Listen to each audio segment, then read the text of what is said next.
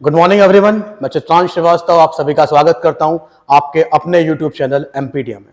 हम लोगों ने डिसाइड किया है कि पटवारी एग्जाम जिस तरह से आ रही है उसके अंदर सिलेबस के अंदर बेसिक मैनेजमेंट को क्या किया गया है, आपका इंक्लूड किया गया है। उसके अंदर एक नया सब्जेक्ट आपका क्या किया गया है, शामिल किया गया है, जिसे हम किस नाम से जानते हैं, सामान्य प्रबंधन के नाम से जानते हैं। अगर हम लोग देखें तो सिर्फ पटवारी ही नहीं, स्टेट के या फिर अगर देखें तो ग्रुप सब ग्रुप 2 और 4 के बहुत सारे ऐसे एग्जाम हैं जो आपका एसएससी भी कंडक्ट करवाता है। साथ साथ में अभी मध्य प्रदेश के अंदर पटवारी के अंदर भी मैनेजमेंट को जिस तरह से शामिल किया गया है, तो हम देखते हैं कि इंग्लिश मीडियम में प्रॉपरली किस तरह से हम मैनेजमेंट को डिस्कस कर सकते हैं, मैनेजमेंट की यूटिलिटी क्या है, मैनेजमेंट किस तरह से हमें एग्जाम के हिसाब से काम देगा और ओवरऑल क्या क्वेश्चन यहाँ से फ्रेम हो सकते हैं एग्जाम के अंदर, पटवारी हो या और कोई सा भी एग्जाम हो उसके अंदर भी। तो चलिए हम बात करने वाले हैं आपका किसके हिसाब से, बेसिक मैनेजमेंट। और मैं आपको अभी बता देता हूं कि हम लोग जिस सोर्स के थ्रू मैनेजमेंट कवर करने वाले हैं वो है आपका कोर एनसीईआरटी। एनसीईआरटी अगर हम लोग देखें तो कॉमर्स फील्ड में 11th और 12th के अंदर हमें मैनेजमेंट, जो बेसिक मैनेजमेंट है एनसीईआरटी के अंदर, वो देखने को मिलता है। तो उसी को हम बेस बना के, क्योंकि उससे अच्छी स्टैंडर्ड बुक हो नहीं सकती है, तो उसी को बेस बनाते हुए हम लोग क्या करने वाले हैं, बेसिक मैनेजमेंट या सामान्य प्रबंधन को कवर करने वाले हैं। अब पहली दिक्कत तो यह है कि हम लोग घबरा रहे हैं कि भाई मैनेजमेंट होगा कैसे, या मैनेजमेंट कोई रॉकेट साइंस तो नहीं है। पहली बार हम लोगों ने स्टेट के एग्जाम में मैनेजमेंट जैसा चीज देखा, हम लोगों ने 2017 में जब देखा तो लेबर इंस्पेक्टर वाला एग्जाम, उसके अंदर मैनेजमेंट पूछा था, पर उसमें भी उन्होंने कुछ तो भी उल्टे पुल्टे क्वेश्चन पूछे थे। अब हम क्या करेंगे, इसे सिस्टमेटिकली ढंग से पढ़ते हैं और देखते हैं कि कौन कौन से क्वेश्चन यहाँ पे फ्रेम होते हुए नजर आएंगे, क्या थ्योरीज हैं, क्या प्रिंसिपल ऑफ मैनेजमेंट है, किस तरह से मैनेजमेंट आपका एक ऑर्गेनाइजेशन के स्ट्रक्चर में क्या करता है, काम करता है, वो एक फिजिबल मैनर में क्या करता है, आपका जो वर्किंग सिनेरियो है उसे स्मूथ करता है। उन सब चीजों को हम क्या करने वाले हैं, इस बेसिक मैनेजमेंट के अंदर क्या करने वाले हैं, कवर करने वाले हैं। तो हम लोग देखते हैं कि हमें डर कहां से लगता है, डर इस शब्द से लगता है, मैनेजमेंट से। तो इस मैनेजमेंट शब्द से हमें डरने की कोई जरूरत नहीं है। क्यों? क्योंकि देखिए सीधी सी बात है, अगर वो डायरेक्टली पूछ लेता ना आपसे कि सिलेबस के अंदर क्या है, सिर्फ और सिर्फ मैनेजमेंट है, तो हमें दिक्कत आ सकती थी, हमें सोचना पड़ता है कि मैनेजमेंट किस स्तर का आने वाला है। पर अगर उसने क्या किया है, उसने नाम लगा दिया है, आगे बेसिक लगा दिया है, तो उसने क्लियर कर दिया है कि भाई उसे वो जो डिग्री और डिप्लोमा वाला जो होता है ना, एमबीए और पीजीडीएम के अंदर मैनेजमेंट आता है, उसे उससे कोई मतलब नहीं है एग्जाम को। उसे सिर्फ और सिर्फ किससे मतलब है, बेसिक सिचुएशन, जिस तरह से आप ऑर्गेनाइजेशन को क्या कर सकते हैं, मैनेज कर सकते हैं, उस मैनेजमेंट के ऊपर क्या करने वाला है, वो काम करने वाला है। चलिए, तो ये सब हम बात करेंगे इस मैनेजमेंट के पूरे लेक्चर के अंदर, पूरी की पूरी सीरीज के अंदर, जिसमें हम ट्राई करेंगे कि मैनेजमेंट के बेसिक प्रिंसिपल्स क्या क्या हो सकते हैं, ठीक है, मैनेजमेंट किस किस तरह से ऑर्गेनाइजेशन में हेल्प करता है, मैनेजमेंट के पार्ट क्या क्या हैं, मैनेजमेंट में किस तरह से चीजें इंप्लीमेंट होती हैं, उन बेसिक स्ट्रक्चर को यहाँ पर डील करेंगे। अब क्वेश्चन दिमाग में आता है कि यार हम लोग मैनेजमेंट से डर रहे हैं, तो मैनेजमेंट क्या हमें आपकी जो लाइफ है उसके अंदर देखने को मिलता है? तो हाँ, हमारा जो बेसिक यूनिट ऑफ मैनेजमेंट है वो आपका कहां से स्टार्ट होता है, वो किसी इंडिविजुअल से स्टार्ट होता है। आप और मैं, हम जो इंडिविजुअल हैं, हम भी क्या करते हैं, मैनेजमेंट के प्रिंसिपल्स को, मैनेजमेंट की चीजों को अपनी लाइफ में क्या करते हैं, इंपार्ट करते हैं। जैसे आप खुद देखिए, आप एक एग्जाम का प्रिपरेशन कर रहे हैं, चाहे आप एमपीपीएससी का प्रिपरेशन कर रहे हैं, चाहे आप यूपीएससी का प्रिपरेशन कर रहे हो, चाहे आप क्या कर रहे हो, पटवारी का प्रिपरेशन कर रहे हो, इन सारी प्रिपरेशन के अंदर आप लोग क्या करते हो, अपनी स्ट्रेटेजी प्लान करते हो, ठीक है, अपना टाइम मैनेज करते हो, ठीक है, अपने क्या बोल सकते हैं, टारगेट को हिट करने के लिए एक प्रॉपर मैनेजमेंट क्रिएट करते हो। ये सब जो चीजें हैं, ये क्या कोई नई चीजें हैं? नहीं। तो यही चीजें अगर किसी ऑर्गेनाइजेशन के स्ट्रक्चर पे, किसी बॉडी के स्ट्रक्चर पे आपको क्या करने को मिलेगा, अगर देखने को मिलेगा, तो वही तो आपका मैनेजमेंट है। पर उसमें कहीं ना कहीं थ्योरीज आ जाती है, उसमें कहीं ना कहीं क्या आता है, आपका प्रिंसिपल्स आ जाते हैं। तो उन्हीं चीज को हम मैनेजमेंट के साथ डील करते हैं। अब अगर हम अपने घर में देखते हैं, अपने हाउस में देखते हैं, अपने होम में देखते हैं, तो हमें देखने को बोलता है जो हमारी मदर है, हमारी मम्मी है, she is the basic example, she is the excellent example of individual as well as team management. ठीक है, दोनों का एक क्या है, बेसिक एग्जाम्पल है, एक कॉमन एग्जाम्पल है जो हमें अपने घर में देखने को मिलता है। आप देखिए कि आपके घर में अगर 5 लोग हैं, तो आपकी मदर आप 5 लोगों को मैनेज करके चलती है। आप देखते हो कि हर एक इंसान का अलग अलग इंटरेस्ट होगा, ठीक है, उस इंटरेस्ट को फुलफिल करते हुए आपकी मदर क्या करती है, आपकी मम्मी क्या करती है, आगे बढ़ती हैं, उन सबको मैनेज करके उन लोगों को कोलेटरेट करके क्या करते हैं, आगे बढ़ने की कोशिश करती हैं। तो वो जो होता है वो क्या कहलाता है, आपका टीम मैनेजमेंट कहलाता है। पर आप वहीं देखो आपकी मदर क्या करती है, आपका एक बेसिक खर्च होता है, उसके अंदर चीजें निकालती है, आपके इंडिविजुअल की डिमांड को जब फुलफिल करती है, आपके अलग अलग सिचुएशन को अलग अलग लेके काम करती है, तो वो आपको क्या देखने को मिलता है, एक इंडिविजुअल मैनेजमेंट देखने को मिलता है।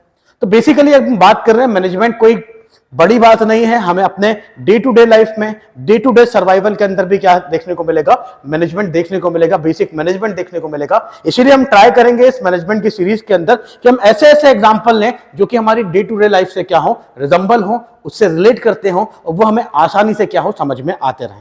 चलिए डिस्कस करना स्टार्ट करते हैं मैनेजमेंट को, और सबसे पहले हम बात करते हैं मैनेजमेंट की डेफिनेशन से। अब हम बात करते हैं कि अलग अलग लोगों ने मैनेजमेंट की अलग अलग डेफिनेशन क्या की है, आपका प्रोफाउंड की है। अलग अलग लोगों ने अलग अलग डेफिनेशन इसलिए प्रोफाउंड की है क्योंकि उन्होंने मैनेजमेंट को अलग अलग तरह से समझा और उसे आपको बताने की कोशिश की है। तो पहले तो हम क्या करेंगे, कुछ पॉपुलर डेफिनेशन है उनको कवर करने की कोशिश करेंगे कि भाई किस किस ने क्या क्या बातें कही हैं। उसके बाद हम बात करेंगे एक जनरलाइज डेफिनेशन की, जो कि इन सबका क्या है, एक आउटकम है, जिसे कि हम क्या देखते हैं, मैनेजमेंट की फील्ड में इंपार्ट होता हुआ देखते हैं। तो चलिए हम सबसे पहले हम बात करते हैं पहली डेफिनेशन से, जो कि किसने दी है, आपका हेरोल्ड कुनूज साहब ने दी है। किसने दी है, हेरोल्ड कुनूज साहब ने दी है, और उसे हेनिस विनिश साहब ने भी क्या किया है, उसे सपोर्ट किया है। तो ये जो डेफिनेशन है हेरोल्ड कुनूज और हेनिस विनिश की, उसे हम क्या करते हैं, डिस्कस करने की कोशिश करते हैं। तो इनकी डेफिनेशन के हिसाब से मैनेजमेंट क्या है, मैनेजमेंट एक प्रोसेस है। Management is the process of designing and maintaining the environment. ये बात ध्यान रखिएगा, क्या है, मैनेजमेंट एक प्रोसेस है जिसके अंदर हम क्या करते हैं, एनवायरनमेंट को डिजाइन और मेंटेन करने का क्या करते हैं, काम करते हैं। और इसके साथ में इंडिविजुअल को एक साथ काम करने के लिए, या ग्रुप के तौर पर इंडिविजुअल को, या किसी एक वर्किंग ग्रुप को, इन सबको क्या करते हैं, मैनेज एफिशिएंटली मैनेज करने के लिए, या उनको अपने एम को गेन करने के लिए क्या करते हैं, मोटिवेट करते हैं।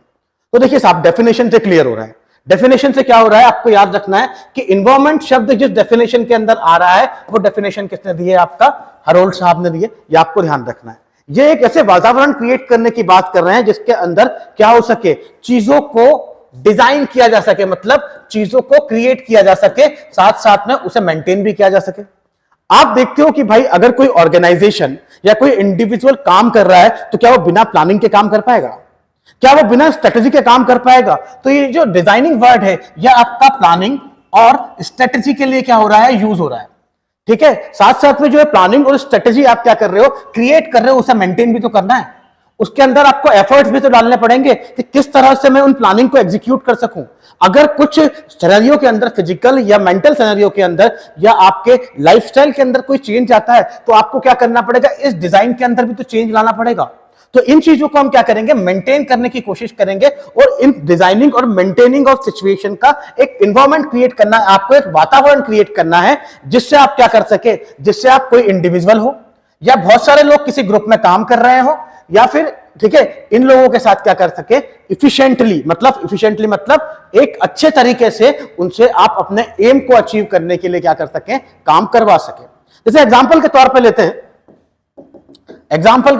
एक ऑर्गेनाइजेशन, ठीक है, जिसका काम क्या है, जो कि कपड़े की दुकान है, ठीक है, जो कि एक क्या है, कपड़े की दुकान है, और कपड़े की दुकान का मेन काम क्या है, सेलिंग ऑफ द क्लॉथ्स। ठीक है, वो क्या करेगा, कपड़े को बेचने का काम करेगा।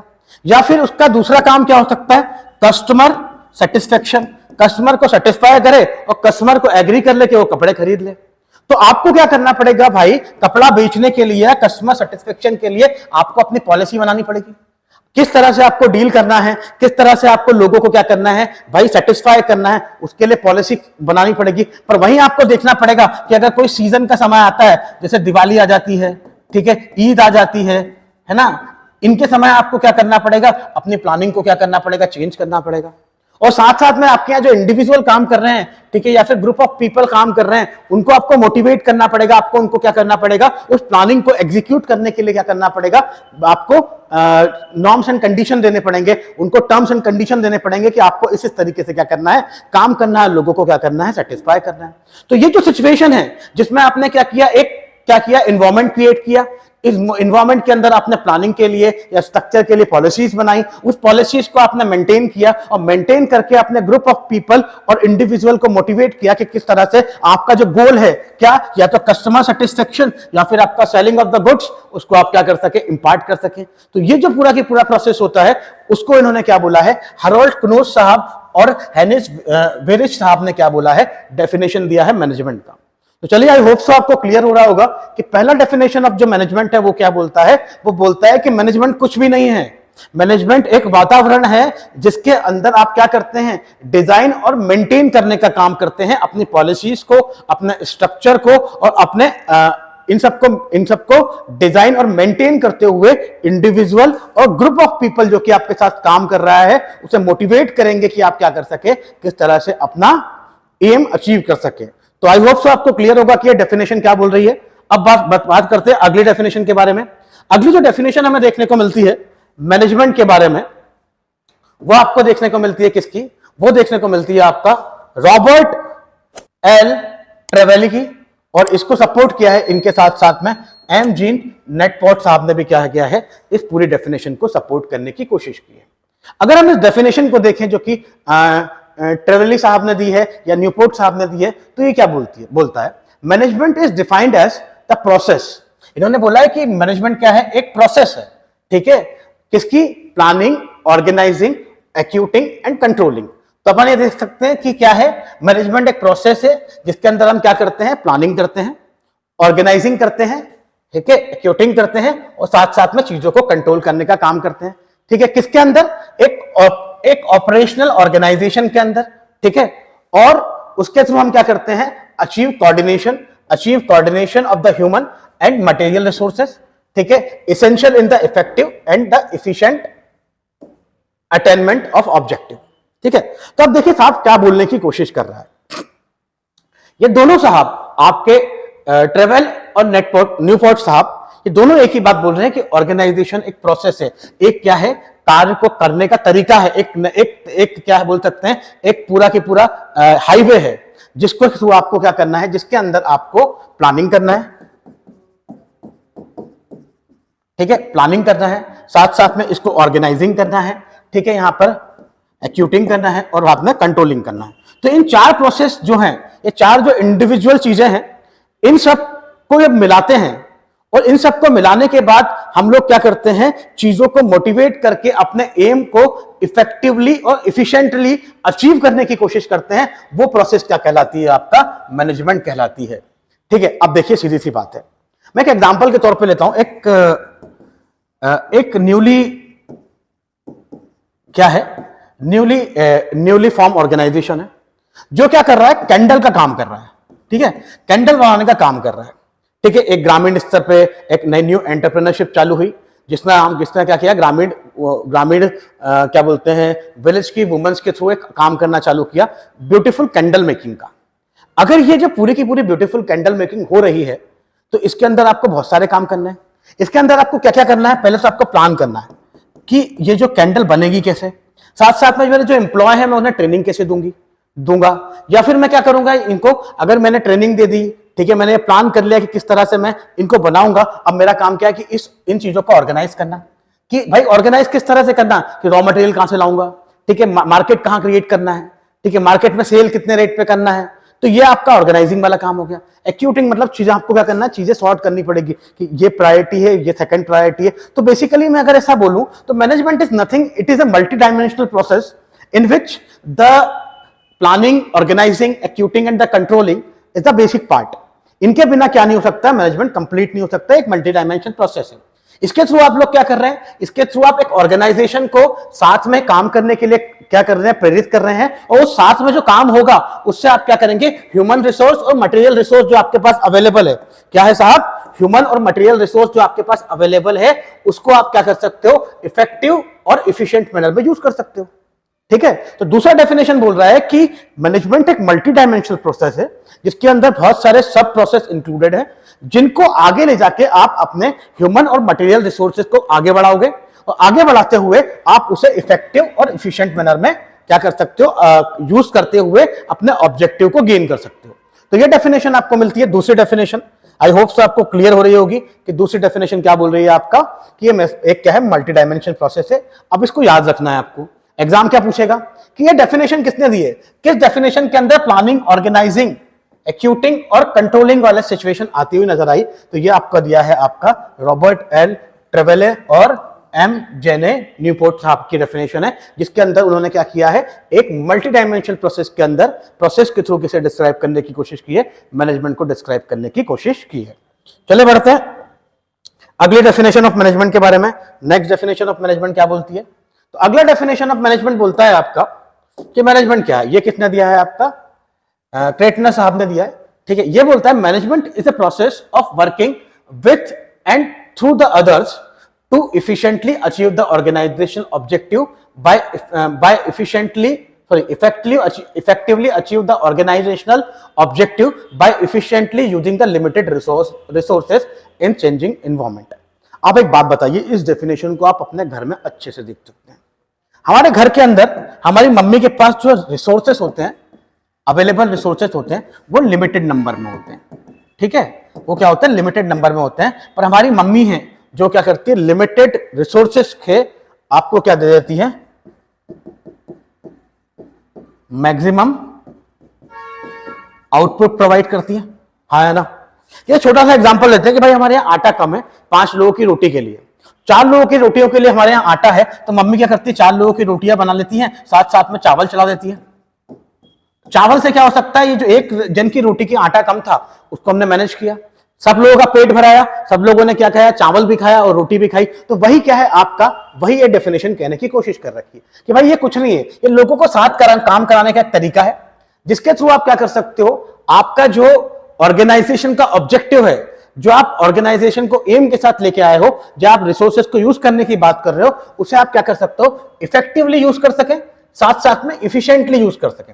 इफेक्टिवली मतलब जो आपको टारगेट मिला है आप उसको डेडलाइन के साथ क्या करें, आपका अचीव करें, मतलब ये इफेक्ट हो गया। और इफिशिएंटली मतलब आपको इसमें एक्सेस कॉस्ट नहीं देना है। ठीक है, जबरदस्ती में वेस्टेज ऑफ रिसोर्सेज नहीं होना चाहिए। तो ये दोनों चीजें अगर आती है आपका, ठीक है, किसी ऑर्गेनाइजेशन में अपने एम को अचीव करने के लिए, अगर आप इफेक्टिवली और इफिशिएंटली काम कर रहे हो और ऐसा एनवायरनमेंट क्रिएट कर रहे हो जिससे क्या कर सकें, हम अपने एम को इफेक्टिव और इफिशिएंटली अचीव कर सकें, तो वो क्या बोलता है आपका, वो होता है मैनेजमेंट। ठीक है, तो मैनेजमेंट की डेफिनेशन किसने दी है आपका, क्रेटनर साहब ने दी है। तो ये हमें ध्यान रखना होगा। तो ये 3 डेफिनेशन हमें देखने को मिली। ठीक है, तो पहली डेफिनेशन क्या बोलती है, पहली डेफिनेशन बोलती है कि एक एनवायरनमेंट है। ठीक है, एनवायरनमेंट शब्द आ रहा है तो आपको याद रखना पड़ेगा किसने दी है, ट्रूथ साहब ने दी है, एनवायरनमेंट से रिलेटेड डेफिनेशन। दूसरा डेफिनेशन आ रहा है आपका जिसमें आपने मल्टी डायमेंशनल प्रोसेस बताया है, जिसके अंदर प्लानिंग, ऑर्गेनाइजिंग, एक्यूटिंग और कंट्रोलिंग को वेटेज दिया है। ये आपकी किसने दी है, ट्रेवेले साहब ने दी है। और तीसरा डेफिनेशन जिसके अंदर आप इफिशिएंट और इफेक्टिव तरीके से काम करने की कोशिश कर रहे हैं, जहां पर 2 इंपॉर्टेंट टर्म आ रही है, इफिशिएंटली और इफेक्टिवली। ये कहां से आती है, ये आपका क्रेटनर साहब के डेफिनेशन से हमें देखने को मिलती है। तो ये कुछ स्टैंडर्ड डेफिनेशन है जो अलग अलग लोगों ने अलग अलग पीरियड ऑफ टाइम पर दी है, तो ये हमें ध्यान रखना होगा। चलिए आगे बढ़ते हैं एक बेसिक डेफिनेशन से। बेसिक डेफिनेशन क्या होती है, ये बेसिक डेफिनेशन के हिसाब से हम बात कर लेते हैं। तो हम देखते हैं कि एक बेसिक डेफिनेशन जो कि आपका किस चीज को डिफाइन कर रही है, मैनेजमेंट को डिफाइन कर रही है। ये क्या बोलती है, management has therefore been defined as a process of getting things done with a aim of achieving the goal effectively and efficiently.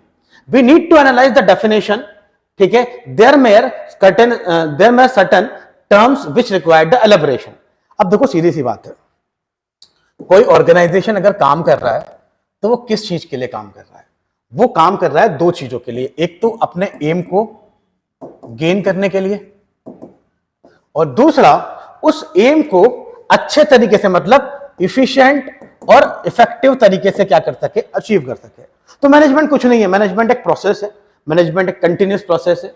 ठीक है, जिसके अंदर हम लोग क्या करते हैं, अपने काम को पूरा करने की कोशिश करते हैं, अपने एम को अचीव करने की कोशिश करते हैं। और उस एम को अपने को ऐसा नहीं है कि हाउ एनी कॉस्ट पे, किसी भी कीमत पे हम उस एम को क्या कर लें, अचीव कर लें।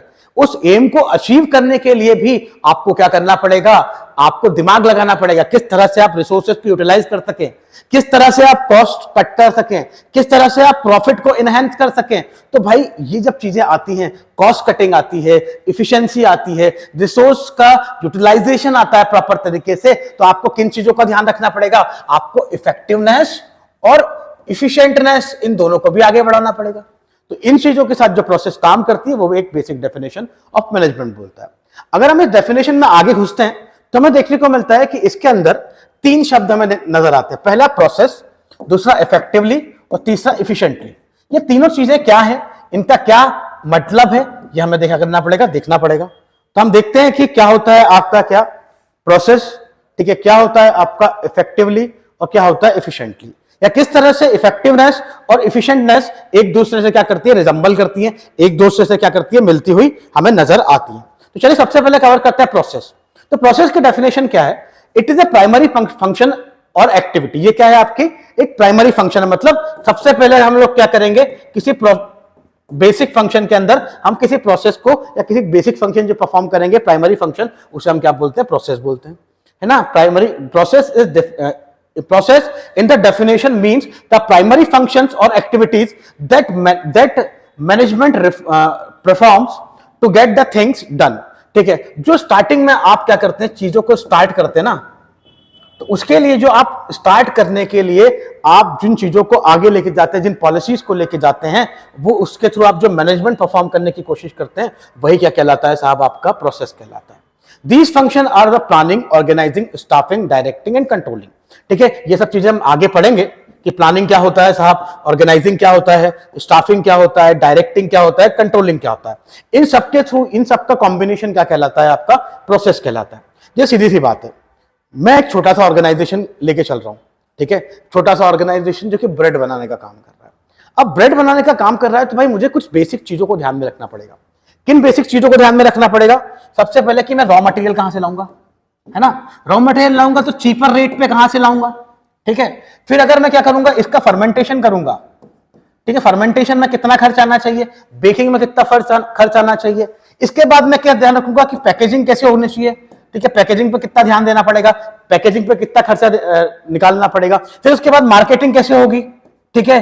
फिर उसके बाद मैं इन सारी प्रोसेस के अंदर क्या कर रहा हूं, वर्कर्स को यूज कर रहा हूं, ठीक है, तो इन वर्कर्स को किस तरह से मैनेज करना है। तो ये जो चीजें हुई जिसके अंदर में बिजनेस स्टार्ट करने से या ऑर्गेनाइजेशन सेटअप करने से लेकर उस ऑर्गेनाइजेशन के अलग अलग स्टेज पे मैं चीजों के बारे में सोच रहा हूं और चीजों को इफिशिएंट तरीके से आगे बढ़ाने के लिए, प्रॉफिट मेकिंग बनाने के लिए क्या कर रहा हूं, जब प्लान कर रहा हूं, तो वही क्या कहलाता है, प्रोसेस कहलाता है। इसीलिए मैंने यहां पे बोला कि it is a primary function. जब कोई चीज आप इंपार्ट करते हैं, स्टार्ट करते हैं, तो उस समय की जो प्राइमरी नीड्स हैं उसे हम क्या बोल देते हैं, प्रोसेस बोल देते हैं।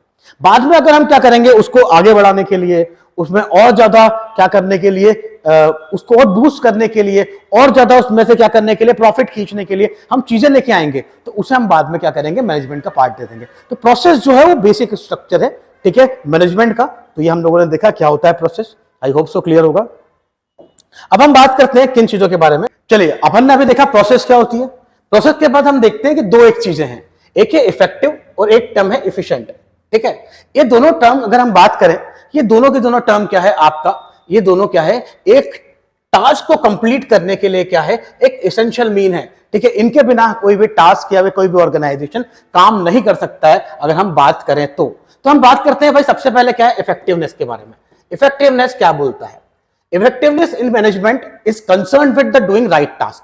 भाई सीधी सी बात है, अगर मेरे को ब्रेड बनाना है तो मुझे क्या करना पड़ेगा, पहले तो आटा खरीदना पड़ेगा, फिर फर्मेंटेशन करना पड़ेगा, फिर ब्रेकिंग करना पड़ेगा, बेकिंग के बाद उसकी पैकिंग करनी पड़ेगी और पैकिंग के बाद मार्केटिंग करनी पड़ेगी।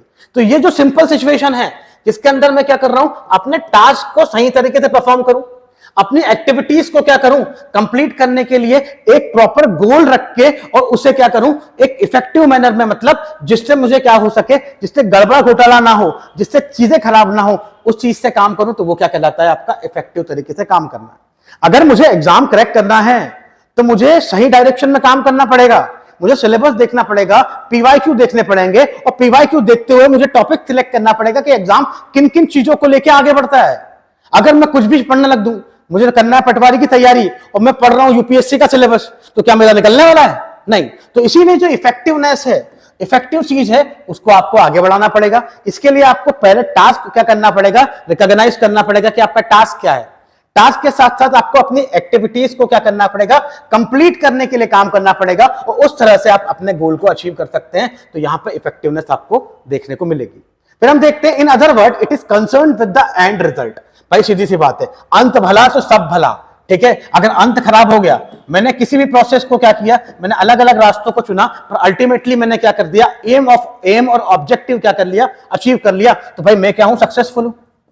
भाई सीधी सी बात, अगर हम प्रिपरेशन की बात करते हैं, कोई कितना ही शार्प स्टूडेंट हो, किसी के पास कितना ही नॉलेज हो, वो भले ही मास्टर बन सकता है, पर अगर उसका एग्जाम नहीं निकला तो क्या उसका एंड रिजल्ट अच्छा हुआ? नहीं। अगर एंड रिजल्ट अच्छा है तो उसका कहीं ना कहीं मैनेजमेंट अच्छा होगा। कुछ लोग होते हैं जो स्मार्ट स्टडी के ऊपर बिलीव करते हैं, ना कि हार्ड स्टडी के ऊपर। तो वो जो लोग होते हैं वो एंड रिजल्ट, एंड प्रोडक्ट के ऊपर बात करते हैं। इसीलिए हम जब इसकी बात करते हैं, it is enough to complete the task, task complete हो अच्छी तरीके से, वेस्टेज ऑफ रिसोर्सेस नहीं हो, उसको हम क्या बोलते हैं, आपका इफेक्टिवनेस। मतलब अल्टीमेट एम जो आपका है वो अचीव होना चाहिए। पर वहीं अगर हम इफिशियंसी की बात करें, तो इफिशियंसी क्या है? Efficiency means doing the task correctly with the minimum cost. देखो, टास्क तो हम पहले भी करेक्टली कर रहे थे, क्योंकि हमने क्या किया था, एंड रिजल्ट जो था आपका, ठीक है, वो क्या किया था, गेन कर लिया था। पर वहीं अगर हम इस एंड रिजल्ट को कैसे अचीव करें, मिनिमम कॉस्ट पे, मतलब खर्चा कम कर लें। साहब सीधी सी बात है, अगर खर्चा कम होगा, एक ऑर्गेनाइजेशन हमेशा, देखो एक बात ध्यान रखना, इंडिया एक मिक्स्ड इकोनॉमी, और मिक्स्ड इकोनॉमी के अंदर सोशलिस्ट प्रिंसिपल भी है और कैपिटलिस्ट प्रिंसिपल भी है। और जब हम कैपिटलिस्ट प्रिंसिपल को समझते हैं तो हमें पता लगता है कि कैपिटलिस्ट इकोनॉमी हमेशा प्रॉफिट मेकिंग पे काम करती है। और जब आप क्या करेंगे, कॉस्ट ऑफ प्रोडक्शन या कॉस्ट को क्या करेंगे, मिनिमाइज करेंगे, तो डायरेक्टली इनडायरेक्टली क्या होगा, प्रॉफिट इनहेंस होगा। जब प्रॉफिट इनहेंस होता हुआ नजर आएगा तो वो उसमें इफिशियंसी आएगी, हाँ या ना, ठीक है। तो इफिशिएंटली आपको काम करना पड़ेगा। There is a kind of the cost benefit analysis involved in the relationship between input and output.